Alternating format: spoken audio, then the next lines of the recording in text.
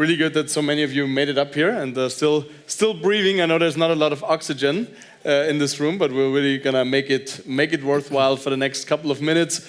Make it really exciting, also make it interactive, so we'll definitely have the chance for you and all of you to ask some questions at the end.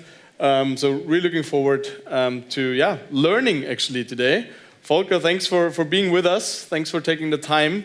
And really excited to see what we can learn about how to buy software in 2023, and also basically figuring out how does this whole software thing actually make sense going forward in procurement. Before we dive into that, Volker, I'd actually hand it to you to introduce yourself. You bring a ton of procurement experience to this, and you've never stopped being really eager about what's new and upcoming. That's, I guess, what brings you here. Please introduce yourself, and then I'll do the same on my end. Yeah, thank you, Sven. Good to have all of you here. Volker Pyrtek, my background is corporate, large enterprises. I've been working in finance and logistics at Bayer, but I was also the CPO of T-Mobile. I was many years the CPO of Deutsche Telekom, and I founded or co-founded a couple of years ago one of the largest global procurement alliances. It's called Buy-In. It's the procurement alliance of companies like Deutsche Telekom with all their subsidiaries, and Orange Group, and Bell Canada, and others. But I have not been working only in large companies, but also in small and medium enterprises. I founded one of the first e-marketplaces, which we later on sold to Ariba. And right now I founded another company which I IPO'd at the Frankfurt Stock Exchange, and right now I'm working for a startup as a CFO, which is maybe one of the most promising provider of LLMs, large language models, to enterprises. So now I'm here because we, as Lengoo, we have engaged with Sastrify, and we are extremely pleased, and that is the reason why I'm here. Awesome. Thanks again for joining us. As you could hear, Volker brings a ton of experience. I'm also really looking forward to the next couple of minutes. Maybe the quick background on Sastrify and myself as well. So as you can see, my CV is a little shorter. I founded a different company before in the exciting segment of parking and car parks. So we basically built a payment platform for car parks. The company got acquired back in 2018. And then with the company that bought us, actually, we dipped into the whole topic of how we were buying software. Because it's a very traditional German enterprise, 150 years old, 5,000 people, and they started getting into SaaS. So it was really interesting to see, like, they bought Salesforce, they bought ServiceNow. It was a completely new challenge for them after 150 years buying all sorts of things. They were just, and we're going to get into that in a second, a couple of different things. So that's really what got us interested in the segment, and also basically got us, Max, my co-founder, and myself, interested in building Sastrify. So that was about 3 years ago. Since then, a lot has happened. Sastrify serves more than 250 clients around the world today, mostly focused really on building an end-to-end solution for how you buy and manage all the software that you, your colleagues, your company is buying. We have about 150 colleagues all across the globe, mostly in the US and EMEA. So it's been quite a fun group. We actually just came back from our company offsite in Italy 4 weeks ago. As you can imagine, like bringing everybody together, it was a really cool journey. And then on top of that, we also have a booth, just as a quick side note, Hall 2, second one on the left, the one with the oranges, the branded oranges on the table. Feel free to stop by later. But let's kick it off. And Volker, you named a couple of things, but you've obviously seen it change over the last 15, 20 years. What would you say were the biggest differences in terms of how companies buy software, how they engage with it, especially looking from a CPO's perspective? How has that changed over the last couple of years? I think there was certainly one major change in the last decade when a lot of hardware was substituted by software. So software became much more important for all CPOs, for companies. I just recently spoke to automotive industry, and they have now software questions and software purchasing on the board agenda, which was never the case. I mean, automotive really was completely different. That was pure hardware, a little bit of software. And today, software is super important for the strategic success of those companies. And in my company, in Buy-in, also the percentage of software changed significantly. I would say maybe from 10%, and that was a pure tech company, 10% to in the meantime 15 to 20%. So I think that is, and software creates a lot of headache. Honestly, it created a lot of headache for me because it's so easy to compare two pieces and find 4 vendors who produce it for you, and you can create competition. Everything is nice, and you don't have vendor lock-in. But in software, you have a lot of vendor lock-in. You don't really understand what the companies are doing. It's super difficult to assess it. There is no target costing. There is no tear down. All these doesn't work in software. So it caused me a lot of headache. And I see it growing and growing. And within the category of software, it's interesting to see that there's a very strong shift from on-premise hardware, but also on-premise software, to SaaS software in the cloud, which also has a couple of implications. And I would say that the most important implication for us in the procurement community is what I call a SaaS sprawl, which means SaaS is decentralized. Buying of SaaS is decentralized. Everybody starts buying SaaS because it's below threshold. You can buy it with a credit card. And I think in my small company, in Lengoo, in my startup, I had a chaos in SaaS. In such a small company, with only 80 employees, we had a chaotic situation on SaaS buying. And it's also, I know from my colleagues, that's also a big challenge for large companies. When you have big software packets where you have a one-time payment and then a little bit of maintenance, that will never fall under the radar. You have it under control. You look into it. It comes, it's above threshold normally. But these tiny pieces of software, and you don't have only 5 and 10 partners. Now, out of the sudden, you have 500 partners. I think it's a completely new universe on software. And software, what was always difficult to buy, became more challenging to buy for all of us, I think. And also maybe looking forward a little bit, I think Pactum was just showing us the power of AI in the procurement industry, but obviously there's tons of new products coming out as well, tons of new pricing models, usage-based pricing models. How do you see that evolving over time? Is there new challenges that arise from that you see on the horizon already? I think it's certainly the economic model of SaaS is completely different. You have subscription, and that is the main problem here is that it's so small, and so it's considered long tail. But the amount of these add up the long tail spend, that is a huge amount of money. And in context of this anyhow growing software spend, I think it's something we have to look into. So what I see is that the only way you can manage this long tail is that you start structuring the spend, and you need tools, and you need AI. And luckily, and I was very interested in the presentation before, but because I see how many smart systems are now entering also strategic sourcing. 10 years ago, 15 years ago, I think all those systems were mainly built because we had to reduce headcount in procurement. We had to tackle more spend, and the only way to become more efficient operationally was introduce systems. But now we introduce systems to become better in strategic sourcing. So it's more about the value, less than about the efficiency. So I see a big shift there. Yeah, I think we also see the same in our customer base. I think one of the interesting things for us is that we obviously look into a ton of different companies buying a ton of the same products. I think that's quite so. Obviously, everybody buys Salesforce at one point in their life.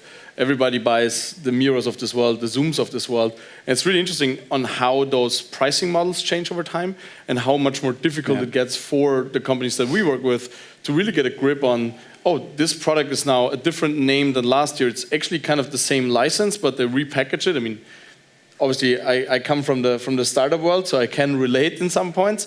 But at the same time, obviously, we see that in the buyer journey to be super difficult. And then with one of my favorite examples in terms of AI is, basically part of it is replacing the human, right? So any software that's seat-based today that you pay per person logging in, once that replaces at one point the person that's actually logging in, all those pricing models will change into a more usage-based, AWS-like, So Amazon Web Service like, or basically just credit-based model over time. That's really what we see already starting to shift, and that's definitely gonna continue there. I think it's a very important aspect what you mentioned, because it is literally impossible for us in procurement to be up to speed to all those developments in the market. It is already difficult if you have only 20 or 30 packages. But here we speak about hundreds of SaaS installations and subscriptions, completely decentralized in the company. And also, we have been, it was for us, we talked to the IT departments. Today, you have a triangle, because who buys the SaaS licenses? It's not anymore only the IT department. It's bought everywhere. So you have the business, you have IT, and you have procurement, and it's really a mess. And I think it's certainly an area which you can only manage if you create transparency and if you introduce kind of lifecycle management. But there's no headcount. I think I should have maybe mentioned in the beginning, I think in my life it was one of the biggest challenges was to find talent in software procurement. It's much easier to find talent in hardware procurement, but it's really difficult to find in software procurement. First, it's a difficult category. Secondly, there's a lot of external and internal competition. The IT department was always biting into my cake of had only a few talents, and the few they tried to buy. So you don't have the talent, you don't have the transparency, it's really a mess in the company. So you need something here to manage it. Yeah, and maybe on that point, I think that's quite you already touched on it a little bit. Where do you see the challenges not only in basically operating it, but also in building a team and building a structure within, especially like also larger enterprises, or maybe even compared to Lengoo as a smaller company, like where do you see the differences there in building out really a procurement function? In a startup, procurement is not relevant at all, because you have money, you have plenty of money, and you don't have time. So 2 reasons why you're not involved: don't build a procurement department, which would slow down in any way. So the first time that we introduced procurement activities, real procurement activities, was when we introduced SaaS, a SaaS software tool. And this tool is heavily used, and it's I would say it's literally it is a main spend in a startup, because they buy a lot of software. And it's the first time that we were able to tackle this spend across the whole company. And as I said, it's a completely decentralized structure with SaaS. It's not anymore as traditional and as centralized as we have seen it in large companies in the past. I think that is certainly something we were able to manage with this kind of platform. For large companies, if I go back to large companies, for large companies, I think it's super important that they invest into talent for buying software in a very professional way. And that requires certain education, that requires, I can only recommend to everybody working in procurement to move on the IT side, because that's where you make a career. Yeah, I met a colleague last week, and he also said, like, if software is not in the top 5 of your spend categories for the next 5 to 10 years, then you might not be around in the next 10 years anyways. The whole company might not be around. The whole company might not be around anymore. So it's like, yeah, there's definitely something to it. I mean, it's obviously an increasing category. And what I see with our team specifically is what's super hard is that it's, as a procurement function, you're obviously getting thrown into all sorts of different deals, right? Somebody's buying a marketing tool who might be a marketing expert and really understands what this tool is actually doing, what is it priced on, and then the next day you're thrown into some heavy IT stuff where it's more about data flows, integrations, and stuff like that you might have never heard of as a procurement professional. So I think that's kind of how do you summarize that in a way that you really get down to what should I actually negotiate on. I think that's one of the things that we've seen with a lot of clients and where we've seen a lot of success, like to make it really easy to understand that, package it, and then have the procurement team really nail down on the important things, because that's one part there.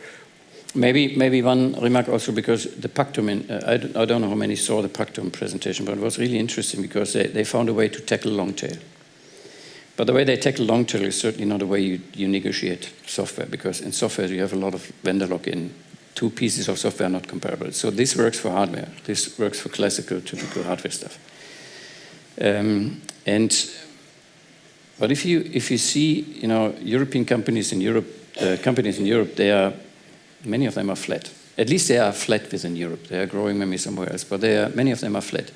So there is an enormous pressure on the procurement teams to deliver more results, to deliver more cost savings. On the other hand, they also have to contribute to cost savings. So they have to reduce headcount. So you reduce your headcount, you have to deliver more savings. So at the end, you have to find new sources of profit in your team. And whilst you have today maybe 100,000 K threshold, which is not unusual in large companies where nobody really is looking below, you have to tackle this long tail. And so what Pactum is doing, and I'm not advertising for Pactum, but I think the idea and principle is right, that you find extremely efficient tools to tackle long tail, but Pactum doesn't work for software. So in software and long tail, if you have a vendor lock-in, everything starts with transparency, with understanding what, if there's any competition, if there are any other products who could serve the same purpose. But more importantly, you need benchmarks. Benchmarks. Yeah. I'd really agree. I think that the two levers that we see, because no matter how small the tool, you're probably locked in. There's probably data in there. There's probably somebody is working on that. And there's, as you said, no software tool is exactly like the other one. So even if the stakeholder likes the green one more than the blue one, even if it's the exact same functionality, it will be really hard for the organization to get rid of either one of those and consolidate. So the two levers that we see is the benchmarks, and that's part of what we built our company on, right? So really understanding, obviously software is high margin, so really understand where and what to ask for and what to aim for as well in procurement. And then the other one for us is really time, right? The only way you can get a good deal is if you actually build a credible threat of doing something different than just renewing the contract. And that's why the whole part of actually involving stakeholders early, telling them like, hey, our renewal is coming up, not in 2 weeks, but it's actually in 6 months. Are you still planning to use that? And then once you come to that tail spend piece, it's really more a question of yes or no, right? There's no point for a professional procurement team to negotiate on a $10,000 contract, but it's still nice if you get like 10-20% out of that, but it's probably not worth your time. But you can either automate it, or it comes down to do we actually still need this discussion, and you can kind of like clean up the long tail spend there. I remember very well when we got to know each other. That was when I was in the startup, and the guy said, you are so experienced in procurement, we want to buy Salesforce licenses. And I said, oh, damn. I had no clue. I had no clue what the pricing could be. Yes, in Deutsche Telekom, I was used to discounts of 60%, 80%, 90%. But as a startup with 80 licenses, you can never ask for such a discount. So I had no clue. And there's no way to negotiate. There is no negotiation. That's not so easy. So, and I said, I have to find a new way. And then we met, and I said, okay, give me a price indication for Salesforce. And I was really shocked how much money we left on the table in the past. That's true. I mean, in this area, pricing indications and benchmarks are gold. It's super powerful, especially on the one other factor that we always see is recency. I mean, you probably all are aware that the whole tech market and software market doesn't have the best year of its existence this year and maybe also last year. So what we also see with a lot of vendors, obviously there's more pressure on pricing, there's more pressure on retention. So really like prices that we see this year, like we would never get last year, right? Last year or even the year before, everybody was buying a ton of software, nobody was asking for discounts. So you would really see like there's a lot of contracts in place for the next like 2 or 3 years where you can even go back now and tell them like, hey, I might extend this for another year already, but I need a discount right now, and they'd happily do it. So it's really an interesting dynamic, and that's why the recency of those benchmarks has become really, a really interesting factor for us as well. Yeah. You already mentioned when we got to know each other, and it's quite a fun story. But how you already said like there's definitely no point, and that we see the same, right? There's no point in a small organization if you're like 50, 100, 150 people. It's good to have transparency, and that's what we see with like our like smaller end of customers, and it helps you on some of the bigger contracts. But what were your learnings in like building it out at Lengoo, and then obviously also it's obviously a fast-growing company, but also how did that compare to your previous experience? Speed, and speed. You want to elaborate? I'm joking. Really. No, I mean, I would say the biggest difference for a startup is you have teams who desperately need something and they don't need it today, they need it yesterday. So, and this whole software piece is normally in a startup not managed because they are growing so fast, they have no time to put any structure in place. And so when I arrived there, I tried to find somebody, a tool, kind of a set of tools to get some structure in it, because the whole SaaS spend, how it is decentralized, as I said, it's below the radar. It is, everybody is buying it and believes he's a good negotiator, but there are also significant security and compliance problems associated with SaaS. I mean, those are SaaS also many startups who deliver software. Nobody knows if they are GDPR compliant, where they store their data. Is it in Europe? Is it in America? And so this tool is not only about pricing, is not only about creating a catalog and allow to compare, but it's also to give you in finance and procurement everywhere a kind of support when it comes to compliance, ethical standards, and so. And all of this, the sheer size and the sheer number of those applications you have in a company, already in such a small company like the company I'm working for now. So I would say it's inevitable that you introduce the one or the other kind of system, and the better you introduce one which is focused on this kind of spend and has a lot of data already about compliance of software, pieces of software functionalities, transparency, and also benchmarks, than to reinvent something. So when it comes to large companies, for those large companies, maybe not so easy, because everything what you introduce in a large company requires an enormous amount of integration. So for a large company, I think they have to look into it maybe from a different perspective.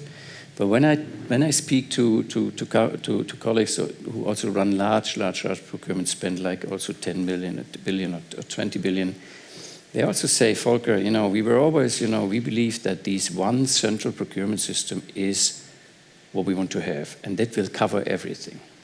But I think more and more they understand that for some niches in the business, and long-term software, long-term can be such a niche. For niches, they are willing to invest into separate additional tools on top, so in addition to the legacy backbone system which they have in place.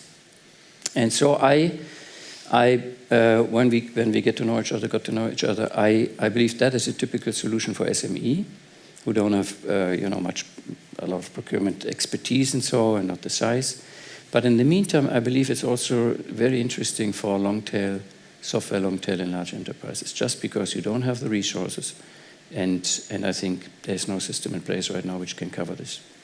So that's my opinion, and I think more and more it becomes common sense. Yeah, it's very similar to what we, especially with like larger clients, what we also see is that there's obviously it's always a long tail, especially when people start working on something, right? There's only two ways you can deal with it. Either you block out everything that somebody wants to try out a new tool, and you just block it out IT-wise, and there's no chance like they can never do it. But then you kind of like break innovation in your company. And then the other extreme of the spectrum is that you just allow them to try out everything, but then you find yourself in the whole like shadow IT and shadow spend chaos. And I think that's kind of where we see a lot of the best analogy I found for me was travel booking. I know like probably all of you used some kind of software or like travel agency to get here.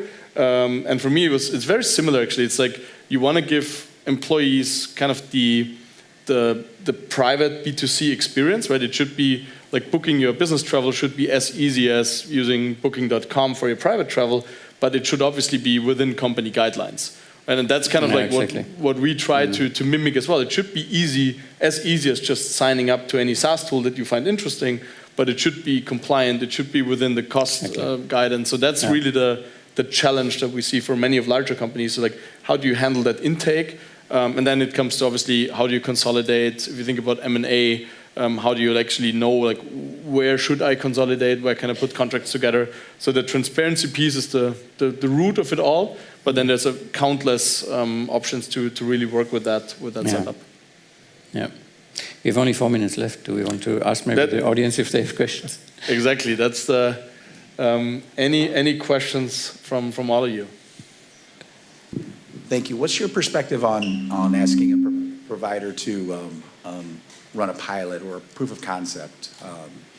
Do you think about it in terms of adoption, length of time, things of that nature?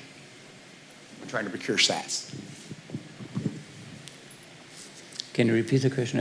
I missed the first part. What's your perspective on? I think it's on running pilots, right? Yeah. Running pilots. I think that's a business question to you as a company. Yeah, so I think it's the problem that we see on the buyer side is that typically to run a pilot, you already have to do most part of the work.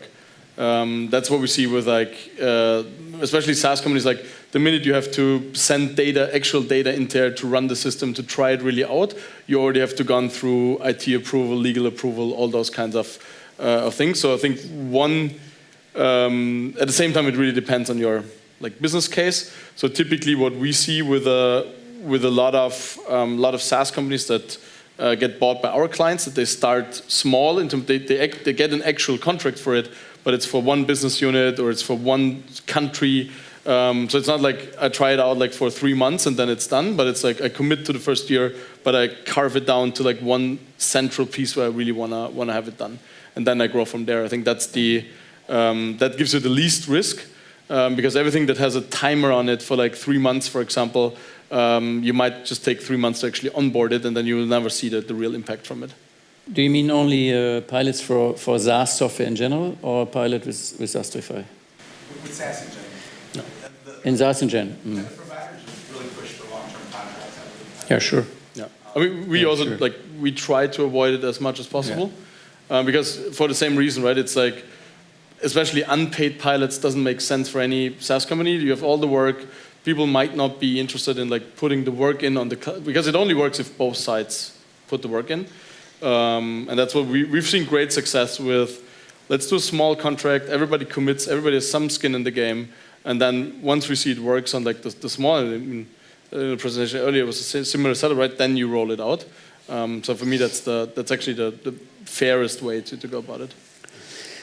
In my career, I've seen many pilots, and most pilots have been built in order to bypass procurement. I'm a little bit joking here, but the way it worked was I do a test, and when the test was successful, of course you implemented it, and then you started to negotiate the price. So if I translate that into the SaaS world, I would say you start with only 5 licenses. You buy it with a credit card, start with 5 licenses, and then you say, that's the tool I need to make this company successful. And then you sprawl it. So that's how I would do it today. And that's how it really happens. You have a few, it's not a pilot you pay, but that's tiny money. As long as you only use it in a very small niche of users.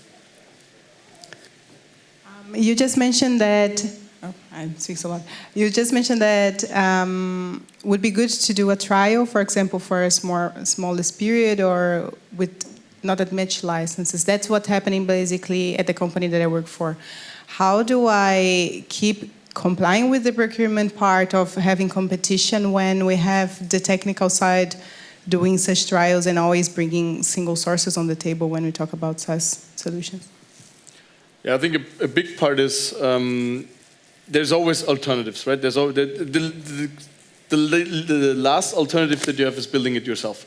So that's kind of the business case structure behind it. So what we typically see is while you're running a pilot with one, you should have figured out pricing with the other 2 or 3 as well. Because then even if you like it, you will still know, okay, the others are somewhat quoting in a different direction, same direction, so you have the benchmarks already. To not run into the trap that Volker mentioned, you try it out and then you're already locked in. They know you want to buy because the pilot was successful. But even before that, you should already know what competing offers look like. And then to complement a second question to close. where's the key, or where can I find those benchmarkings? Because it's quite difficult, at least I feel in my chair, it's quite difficult to find benchmarkings for something that is quite new as well. I come from a company that is more in a startup mode, but we are from a very traditional segment. So it's kind of hard to compete, or not to compete, but to find benchmark on companies that are going from the on-premise to the SaaS. But at the same time, I'm not purely comparing with completely new startups. There is a secret where I can find those competitors or something. Well, you can definitely find benchmarks with us. That's kind of... I think it's definitely difficult to find it outside. So there's us and specialist providers for it, but I think especially for SaaS, that's basically the core of what we do. And yeah, I think we're out of time. Thank you so much for listening, for the questions. If you want to learn more, Hall 2, that's if you go down the right hall, second booth on the left. Feel free to stop by for coffee. Would love to learn more. Thank you. And thanks, Volker.